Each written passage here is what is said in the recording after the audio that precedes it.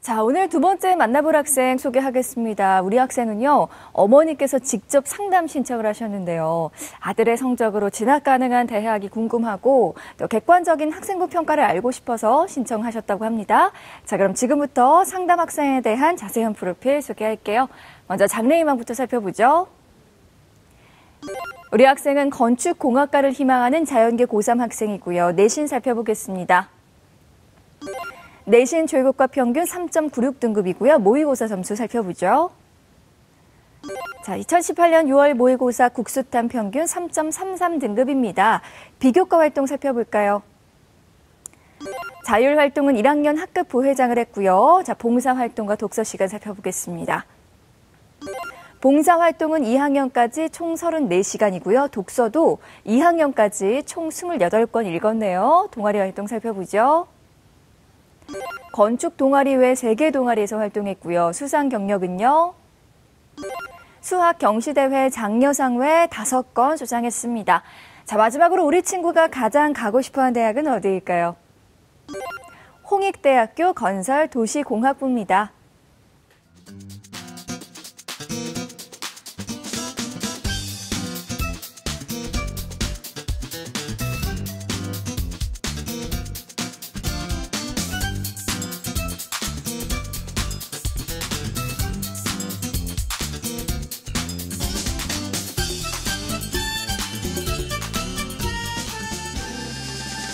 우리 학생의 교과 성적을 먼저 살펴보도록 하겠습니다. 우리 학생의 주교과 내신 평균이 3점대 후반대거든요. 자, 과연 희망대학인 홍익대 건설도시공학부 진학이 가능할지 안성환 선생님 내신 성적과 모의고사 성적 자세히 짚어주시죠. 네, 자세한 분석에 앞서서 우리 학생의 내신 성적을 살펴보도록 하겠습니다.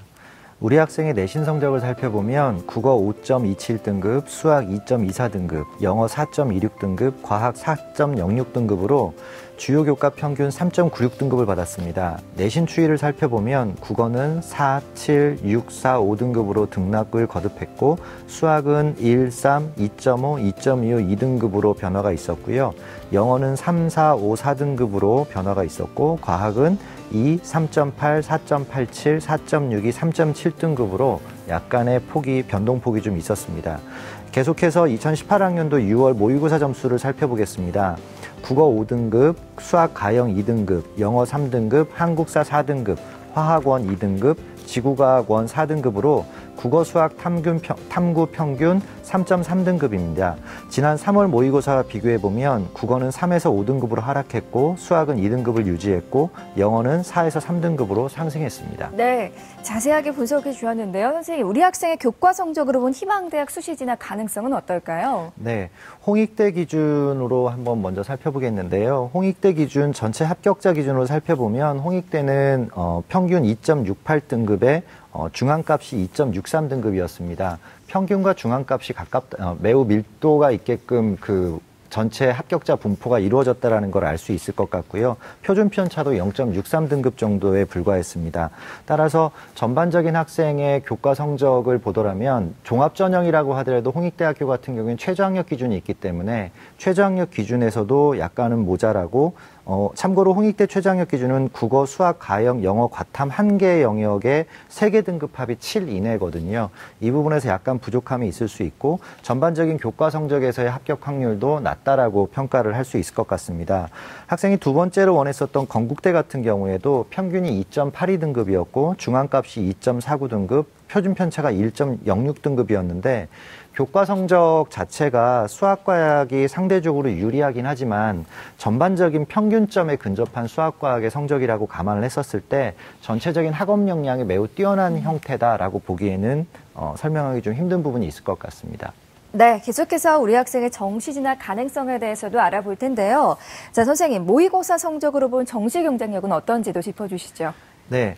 학생의 6월 기준 국수탐 2개 평균 성적이 3.33등급이었습니다. 수학이나 과학 2개 평균을 해보면 2.5등급으로 동점자 대비 평균 점수가 수학은 1등급, 과학은 성적이 약간 높은 편으로 분석이 되는데요. 상대적으로 국어나 영어에 비해서 수학이나 과학이 유리한 측면이 있기 때문에 자연계열 학생에게는 상대적으로 괜찮은 편입니다만 우려가 되는 부분은 국어 영역에서의 그 점수가 평균에 비해서 상당히 떨어지는 부분이 부분이 있다라는 점. 그래서 참고로 얘기를 하자면 국민대나 숭실대, 세종대 정도에서의 정시 그 국어 평균 등급이 2.6등급이라는 걸 감안했었을 때 상대적으로 상당히 뒤처지는 국어 성적이다라고 이해를 해야 될 것 같고요. 영어 같은 경우에도 마찬가지로 평균 등급이 2등급대 정도가 가장 많은 형태인데 학생의 그 영어 점수를 보자면 감점 요소가 총점에서 상당히 차지할 수 있다라는 점입니다. 그래서 실제 국민대, 세종대 정도 수준에서의 1, 2등급의 전체 지원자 대비 영어 성적의 비율이 약 한 80% 정도를 차지하게 되고 3등급 점수를 차지했던 학생들이 17% 정도를 차지한다고 봤었을 때 총점에서의 데미지가 상당수가 있기 때문에 수학이나 과학에서 이끌어냈었던 그 올렸던 점수들을 국어나 영어에서 상당히 까먹을 수 있는 상황이 된다라고 판단할 수 있을 것 같습니다. 따라서 우수한 수학이나 과학 성적이 동점자에 비해서 상대적으로 높긴 하지만 이에 반해서 전체적으로 수학이나 과학 성적으로 일렬로 쭉 선다라고 봤었을 때 결국에 합격자의 점수를 가늠하는 것은 국어나 영어 점수가 얼마만큼 덜 뒤처지냐에 대한 문제인 건데 이 부분으로 인해서 학생의 그 지원 가능한 대학이 국민대 숭실대급을 상향 지원해야 되는 그런 상향이 될 수 있다라는 점인데 그래도 한 가지 고무적인 것은 수학에서의 백분위 점수나 한 영역에서의 과탐 점수가 높은 편이기 때문에 백분위 영역이면서 과학 탐구 한 개 영역의 대학을 선택을 하게 되면 상대적으로 그 데미지를 좀 덜 입을 수 있는 상황으로 예상이 되고요. 전체적인 상태로 봤었을 때 서울시 중하위권 대학이나 경기권 정도의 대학으로 정시 기준선을 잡을 수 있을 것 같습니다. 네, 선생님. 모의고사 전략도 알려주시죠? 네. 학생의 전반적인 학생부라든가 교과 성적의 편차를 봤었을 때 상당히 본인이 잘하는 것에 대해서는 흥미를 가지지만 관심이 없는 부분에 대해서는 그만큼의 노력이 덜한 것으로 판단이 됩니다. 이런 경우에 호불호가 상당히 강하다 보면 자기 자신이 잘하는 과목에 대해서 좀 더 잘할 수 있어야 되는데 가장 애매한 부분이 현재 학생이 가지고 있는 수학 점수가 백분위가 6월 기준으로 95%였거든요. 이 점수가 84점이었습니다.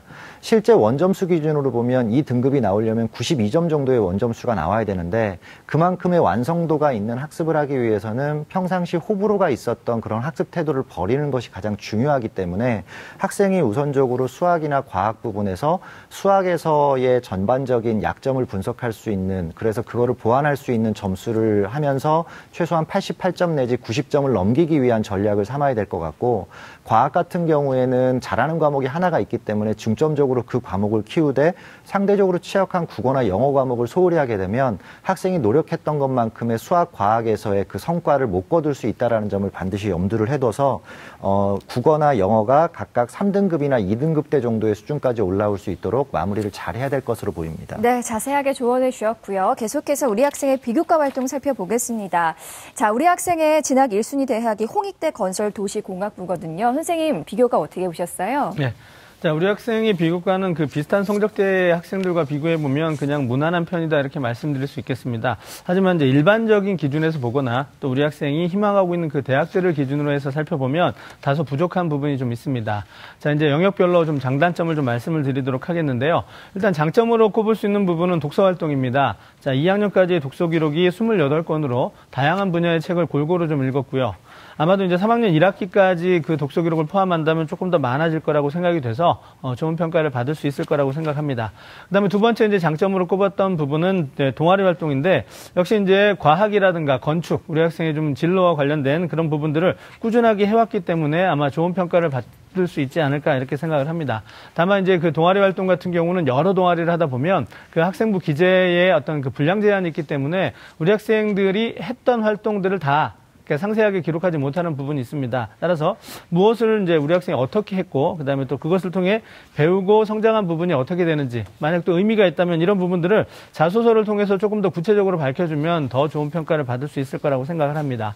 그 다음에 이제 진로 활동이 이제 세 번째로 좀 장점으로 꼽을 수 있는 부분인데, 물론 이제 진로 활동을 우리 학생이 좀 많이 하지는 않았습니다. 하지만 그 기록 중에 이제 7개월의 그 기간을 보니까 7개월이더라고요. 7개월에 걸쳐서 프로젝트 활동을 했던 기록이 있습니다. 뭐 이제 내용이 한 3줄 정도밖에 안 나와 있어서 구체적인 내용을 제가 판단하기는 좀 어렵지만 만약에 이 부분 역시 그 7개월의 어떤 그 기간도 있었고 그렇기 때문에 의미 있고 진정성 있는 활동이었다면 아마 이제 좋은 평가를 받을 수 있을 거라고 생각을 합니다. 이제 나머지 이제 그 외에 다른 영역들은 좀 부족하다라고 이제 말씀드릴 수 있겠는데요. 뭐 어떤 특별한 개인적인 활동을 찾아보기 어려웠던 자율활동이라든가 또 절대적인 실수가 부족했던 봉사활동 이런 부분들은 이제 부족한 부분이라고 할 수 있습니다. 이제 뭐 이제 생기부 마감 시간이 다 지났기 때문에 더 이상 이제 보충할 수 있는 그런 어떤 시간은 없습니다. 따라서 이제 우리 학생이 만약에 학생부 종합 전형을 지원하려고 마음을 먹고 또 자기소개서를 쓴다면 지금부터는 이제 본인이 부족했던 부분, 이 부분은 좀 잊어버리는 게 좋을 것 같고요. 본인이 다른 친구들에 비해서 장점으로 꼽을 만한 부분이 무엇인지 이런 부분에 주목하면서 좀 자신감을 가지고 자소서를 쓰는 것이 합격에 조금 더 다가가는 길일 거라고 생각합니다. 네, 선생님 혹시 또 어머니께 궁금한 점 있으시면 질문해 주시죠. 아, 예. 어머님 저 듣고 계신가요? 네, 듣고 있습니다. 2학년 때 보니까 전진 프로젝트라고 하는 것이 있었어요. 그 진로활동 기록 중에. 제가 아까 장점으로 좀 꼽았는데 학생부 기록은 한 3줄 정도밖에 안 돼 있어가지고 구체적인 내용을 좀 뽑기가 좀 어려웠는데 혹시 어머님 알고 계신가요? 아, 네. 애한테 물어봤더니 그 교내 활동 중에서 진로 프로젝트라고 합니다. 네. 그래서 진로 프로젝트인데 일주일에 한 번씩 건축물도 가서 돌아보고 그다음에 교수님이 오셔가지고 건축물에 대해서 또 설명도 해주시고 그리고 또 건축물에 있는 그 구속적인 뭐 친환경 에너지 뭐 이런 그 태양 에너지 이런 것도 했다 그러고요. 또 그리고 동아리 독서 활동 한 것 중에서 건축에 관련된 그 느낌 이런 거 적기도 하고 그다음에 유명 건축물에 대해 건축물하고 또 그다음에 존경하는 건축가에 대해서도 보고서도 내고 이런 식으로 활동을 했다 합니다. 그러니까 전공에 대해서 진로 활동을 했다고 합니다. 예. 전진 프로젝트라는 것이 전공 진로의 줄임말인 것 같네요. 근데 이제 일주일에 한 번씩 했고, 그 다음에 7개월간 했기 때문에 총 28회의 어떤 그 진로 탐색 활동을 했다면 상당히 진로 부분에서는 좋은 평가를 받을 만하다고 생각이 되거든요. 나중에 이제 자소서나 이런 부분을 좀 활용을 했으면 좋겠습니다. 네. 계속해서 우리 학생의 학생부 중에 주목해야 할 부분이 있다면 어떤 부분일까요? 예. 자, 우리 학생의 그 학생부에서 주목해야 할 부분을 저는 이제 2학년 과목별 세부 능력 특기사항에서 뽑아봤습니다. 화면을 통해서 자세하게 설명드리도록 하겠습니다. 자, 2학년 그 미적분 원의 과세특 기록인데요. 토목공학에서의 미적분의 활용에 호기심이 생겨서 무슨 방법이 어떻게 사용되는지 조사하여 토목공학에 쓰이는 적분법의 주제로 발표 수업을 진행함. 유토곡선, 구분구족법, 유체계상법 등을 설명함. 미적분이 실생활에서 많이 활용된다는 것을 알게 되어서 더욱 열심히 수학을 공부하는 계기가 되었다. 이런 기록이 있었습니다. 자, 일단은 그 건축가를 희망하고 있습니다. 건축공학자를 희망하고 있는 우리 학생이 건축과 다소 이제 관련성이 높은 수학 시간에 배운 내용을 토대로 자신의 진로 희망 분야인 건축과 접목을 좀 시켜 보려고 했던 이런 부분이 좀 인상적이었다라고 판단을 했고요. 그 발표의 내용이 어느 정도 깊이 있는 내용이었는지까지는 확인할 수 없겠지만은 일단은 건축에 있어서 매우 중요한 그 수학적인 부분과 건축을 또 이렇게 연관지어서 학습하려고 했던 이런 부분들이 좀 그 의지를 좀 보여주는 것이 아닌가 이렇게 생각이 되고요. 만약 이제 의미 있게 준비해서 발표한 내용이라면 이후에 자소서 1번의 어떤 심화된 학습 경험을 쓰는데도 도움이 좀 될 거라고 생각이 되고요. 그다음에 이제 자소서 2번 교내 활동의 한 가지로 발표 영역을 좀 묶어서 기재를 한다면 조금 더 좋은 평가를 받을 수 있을 거라고 생각이 돼서 이후에 이제 우리 학생이 학종을 쓰고자 할 때 그 자소서 작성 계획이 있을 겁니다. 그 작성 계획에 따라서 맞춤형으로 활용도가 조금 높을 거라고 생각해서 좀 뽑아보았습니다. 네. 자, 다음은 우리 학생을 위한 맞춤형 입시 전략 살펴보겠습니다. 유석영 선생님께서 우리 학생을 위한 수시 지원 전략 제안해 주셨거든요. 수시 히든카드 6 지금 공개할게요. 자, 유석영 선생님이 제안하는 우리 학생을 위한 수시 히든카드입니다. 학생부 종합 전형 2장에서 3장, 논술 전형은 3장에서 4장을 제시해 주었습니다. 수시 히든카드 공개됐는데요. 유석용 선생님 자세하게 설명 부탁드릴게요. 네, 우리 학생은 이제 건축 관련되어 있는 학과를 희망하고 있습니다. 따라서 이제 학생부도 그쪽에 관계되어 있는 내용을 준비를 해왔기 때문에 어느 정도가 되어 있는 상태고요. 따라서 학생부 종합 전형으로 2-3개의 곳에 원서를 내야 될 것 같고, 논술 경우는 이제 수학하고 화학을 잘하고 있고 또 전반적으로 과학을 잘하고 있습니다. 따라서 수학 또는 수학하고 플러스 되는 과학, 네, 통합과학 이런 부분 과학 통합이죠.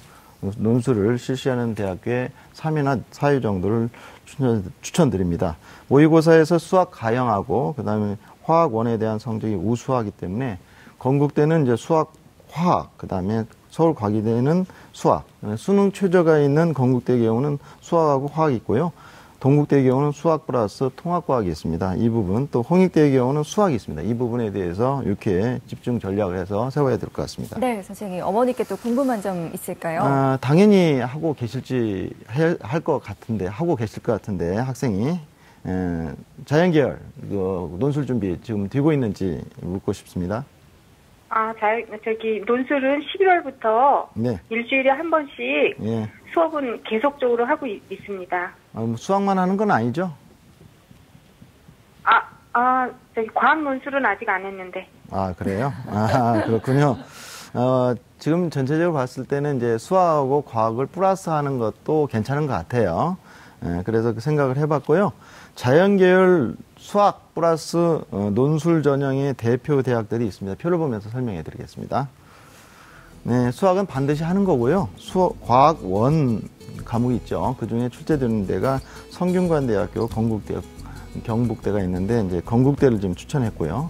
그다음에 과학원 중심으로 과학 2를 출제하는 대학교가 있고 과학 2를 중심으로 과학 1을 출제하는 대학교가 있습니다. 이 부분은 조금 피하는 게 좋을 것 같고 통합과학을 하는 대학교인 동국대학교하고 숭실대에 대한 고민은 좀 해야 될 것 같습니다. 그 밖에도 우리 학생을 위해서 모의고사 앞에서 말씀 주신 부분이 있는데 목표 및 전략을 세울 필요가 있다 이렇게 생각이 듭니다. 표를 보시죠. 지금 학생은 이제 수학하고 과학이 좋습니다. 그리고 국어하고 영어가 좀 좋지 않은데 전체적으로 봤을 때는 목표를 국어 경우는 100분이 83에 3등급, 그다음에 수학하는 1등급 하면 좋은데 2등급에 95% 잡아야 될 것 같고 영어는 좀 분발을 해서 2등급까지 했으면 좋겠으나 현재 성적으로는 3등급, 그다음에 한국사는 4등급, 그다음에 화학원 경우는 이제 2등급에 91%, 지구와 원도 좀 공부를 더 보완해서 3등급에 85%, 그래서 전체적으로 국어, 수학, 과학 100분위로 해서 300점 만점에 266을 목표로 했으면 좋겠다 이런 생각이 듭니다. 그렇다면 우리 학생의 교과 성적으로 본 학생이 원했던 수시 지원 가능성에 대해서 표를 보면서 정리해 봤습니다. 표를 보시죠. 자, 건국대를 보겠습니다. 전년도 합격자의 국어, 수학, 과학 성적이 2.07에서부터 5.66 등급까지 저희가 가지고 있는 사례로는 17건 있었습니다. 이 중 우리 학생보다 성적 등급이 낮은 학생이 6명 있었어요. 1단계의 3배수에 들어갈 경우 건국대의 경우는 전공적합성에 관련된 면접을 준비를 잘 하셔서 해야 될 것 같고 면접이 60% 됩니다. 굉장히 높기 때문에 준비를 잘해야 되겠습니다. 객관적으로 판단할 때는 소신이 되겠습니다. 홍익대의 경우는 작년에 12명이었는데 올해는 15명으로 3명이 증가했고요. 작년도 합격자의 국수형과 성적이 2등급대 후반 때가 집중되어 있었고 충원 합격자 중에 3등급 초반도 있었습니다. 특히 수능 최저 부분이 굉장히 관건이 되겠습니다. 이 부분이 된다면 도전해 볼만하고요. 서울과기대의 경우는 학교생활 우수자 작년도요. 그 다음에 전공 우수자가 합해져서 16명을 올해는 뽑습니다. 학생부 종합전형인 학교생활 우수자 전형의 전형 방법이 바뀌었다. 그리고 수능 최저가 없어졌다. 이런 부분이 있기 때문에 도전해 볼 만한 학교로 보겠습니다. 네, 우리 학생의 수시 지원 전략에 대해서 살펴봤고요. 자, 계속해서 우리 학생을 위한 추천 전형 살펴보겠습니다. 세 분의 선생님들이 제시하신 추천 전형 지금 바로 공개할게요. 자, 먼저 유석용 선생님은 동국대 건축공학부 논술 우수자 전형 윤상영 선생님, 인하대 건축학부 자연캠퍼스 논술 우수자 전형 안성환 선생님, 아주대 건축학과 논술 전형 추천해 주셨습니다. 자, 세 분의 추천 전형 살펴봤는데요. 유석용 선생님께서 동국대 건축공학부 논술 우수자 전형 추천해 주셨어요. 설명 부탁드릴게요. 네, 동국대학교 건축공학부 논술 우수자 전형입니다. 학생의 경우는 이제 논술이 좀 강하다 이렇게 볼 수 있는 부분이 여러 곳에서 보일 수 있어서 그렇게 말씀을 드렸는데 여기에 이제 일괄 전형을 하는데요. 학생부 40에 논술 60인데 학생부는 국수, 영사, 중에 상위 10개 과목에 대한 등급만 이렇게 적용합니다. 그래서 학생이 보니까 1등급이 1개, 2등급 6개, 3등급이 5개 중에서 3개만 등급을 활용하면 되는데 평균 등급이 2.2등급이에요. 괜찮습니다. 그리고 수능 최저도 지금 수학 가형이 2등급, 화학 1이 2등급으로 6월 모평 기준으로 해도 가능성을 보여요. 따라서 학생은 수학 가형인 수리 능력, 수리 논술하고 통합과학 논술, 그 부분이 잘 된다면 가능성이 있다고 봅니다. 네, 계속해서 윤상현 선생님께서는 인하대 건축학부 논술 우수자 전형 추천해 주셨습니다. 설명 부탁드릴게요. 네, 전형 방법은 이제 논술 60에 학생부 40%를 통해서 선발하는데 수능 최저 기준은 없습니다. 자, 이제 논술 시험의 형태를 보면 이제 수리 논술만 보는데요. 이제 과학을 하지 않는 그런 특징을 가지고 있고요. 가장 중요한 이유 중에 하나가 이제 논술 시험 일자입니다. 12월 2일 날. 그래서 굉장히 뒤에 수능이 끝나고도 한참 동안의 시간이 있습니다. 그런 부분이 추천 이유가 될 텐데요. 제가 이제 우리 학생에게 이제 인하대학교 논술 전형을 추천하는 이유는 뭐냐면 일단 다른 과목에 비해서 수학의 성적 앞서서 쭉 보셨겠지만 수학의 성적이 매우 우수한 편입니다. 따라서 수학 논술에도 좀 강점이 있을 것 같고요. 또 아까 이제 어머님이 말씀하셨던 것처럼 수리 논술 준비를 지난해 11월부터 쭉 해왔기 때문에 어느 정도 경쟁력이 좀 있지 않을까 이렇게 생각을 하고 그다음에 시험 일자가 12월 2일 그래서 수능 끝나고도 2주 이상의 어떤 준비 기간이 있다라는 부분들도 이제 추천 이유가 될 텐데 따라서 이제 수능 이전에는 이제 수능까지는 수능 공부에 최선을 다하고요. 수능이 끝난 이후부터 이제 본격적으로 논술 공부를 한다면 아마 도전해 볼 만하다고 생각해서 추천드립니다. 네, 마지막으로 안성환 선생님께서는 아주대 건축학과 논술 전형 추천해 주셨어요. 설명 부탁드릴게요. 네. 일반적으로 논술 전형의 경쟁률이 상당히 높아서 부담감이 가는 건 맞지만 실제로 논술 전형이 조금 더 선호받지 못하고 이렇게 선생님들로 하여금 추천받지 못하는 이유 중에 하나가 실제 아주대학교나 인하대 같은 경우에 수능 최저학력 기준이 없다라는 이유만으로 과도하게 상향 지원하는 학생들이 그 거품이 끼어 있기 때문이거든요. 그런데 실제 합격자의 수능 평균 등급을 보게 되면 지금 현재 학생이 유지하고 있는 그 정도 수능 성적대에서 충분히 합격자 풀이 형성이 됩니다. 그리고 또 하나 염려되는 부분은 아까 수학에 대한 부분이 상당히 강점이 있지만 실제 저희 서울시 자료를 보더라도 2등급 때 평균 95% 정도대 수학 등급을 받은 학생들이 100분위가 거의 8%까지도 그 하락하는 그런 모양새를 보이기도 하는 부분이 수학 가형 형태이기 때문에 실제 날짜가 인하대보다 하루 빠른 날짜가 아주대학교고요. 그리고 건축학을 계속 공부를 하고 싶어 했기 때문에 건축학과를 추천을 했던 것이었고 제가 보내드린 자료를 쭉 보게 되면은 지원자의 평균적인 점수와 합격자의 평균적인 점수가 있으니까 그 점수를 좀 비교를 하다 보면 제 설명이 이해가 갈 것으로 보이고요.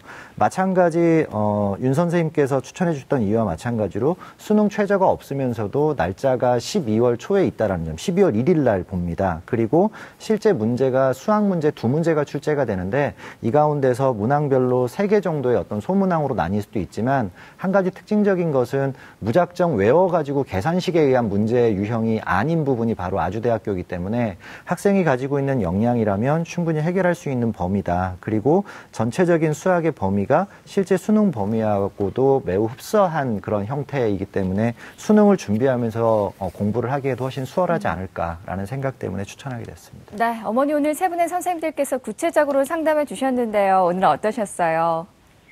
정말 여러분한테 상담을 받아봤지만 이렇게 구체적인 사례를 들고 정확하게 얘기해 주셔가지고 그동안에 정말 깜깜했던 게 태양의 빛이 오는 것처럼 정확하게 길이 잡힌 것 같고 이제 더 이상 안 돌아다녀도 될 것 같아요. 정말 그렇게 말씀해 주셔서 진심으로 감사드리고요. 자, 오늘 상담 내용 이메일로도 보내드리니까요. 좋은 결과 있길 바라고요. 전화 주셔서 고맙습니다, 어머니. 상담 잘 받았습니다. 감사합니다, 선생님들. 네, 고맙습니다. 두 번째 상담 마쳤고요. 우리 학생을 위한 추천 전형 다시 한번 정리해 볼게요.